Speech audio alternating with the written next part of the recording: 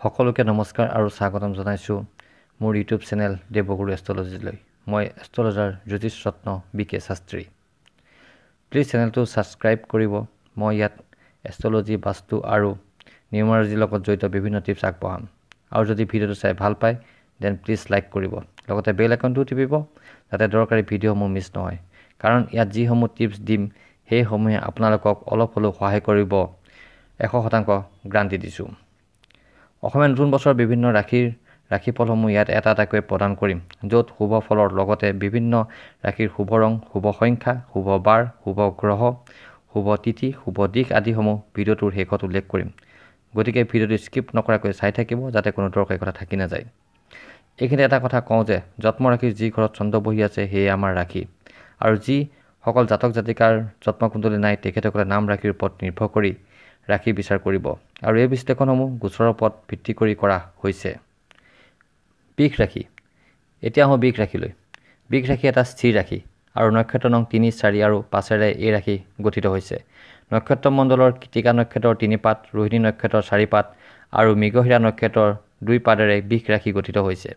বৃষ ৰাশিৰ জাতক জাতিকাৰ নামৰ প্ৰথম অক্ষৰ হ'ল উচৈ, উ আৰু ব। বৃষ ৰাশিৰ অধিপতি গ্ৰহ হ'ল শুক্ৰ। গোচৰ অনুসৰি বৰ্তমান বছৰটোত বৃষ ৰাশিত মংগল, তৃতীয়ত ৰাহু, চতুৰ্থত চন্দ্ৰ, অষ্টমত গুৰু আৰু শনি, নৱমত কেতু, একাদশত শুক্ৰ গ্ৰহ আৰু ব্যয় ভাৱত ৰবি, বুধ গ্ৰহে অৱস্থান কৰি শুভ ফল জাতক জাতিকাক প্ৰদান কৰিছে।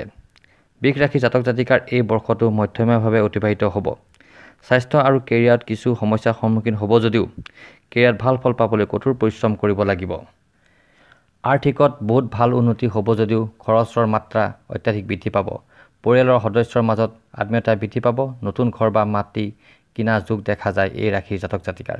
পৰীক্ষাৰ্থীয়ে কষ্টৰ বলত যোগাত্মক ফল পাব, কিন্তু পঢ়াত একাগ্ৰতা বঢ়াব লাগিব। পাৰিবাৰিক ক্ষেত্ৰত সৰু সুৰা কথা বাদ দি প্ৰায় শান্তি বিৰাজ কৰিব।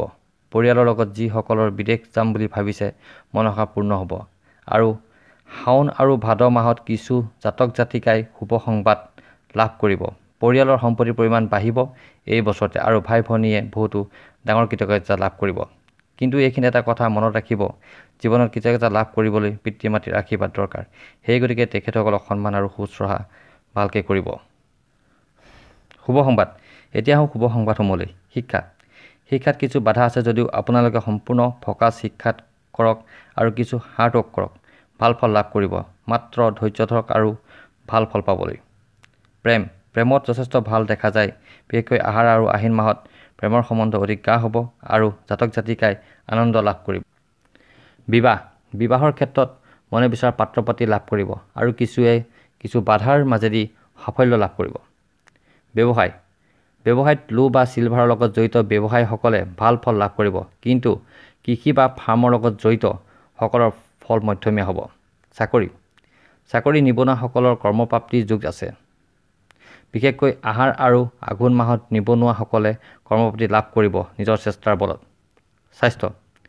যি জাতক জাতিকাৰ ৰাহুৱে বলৱান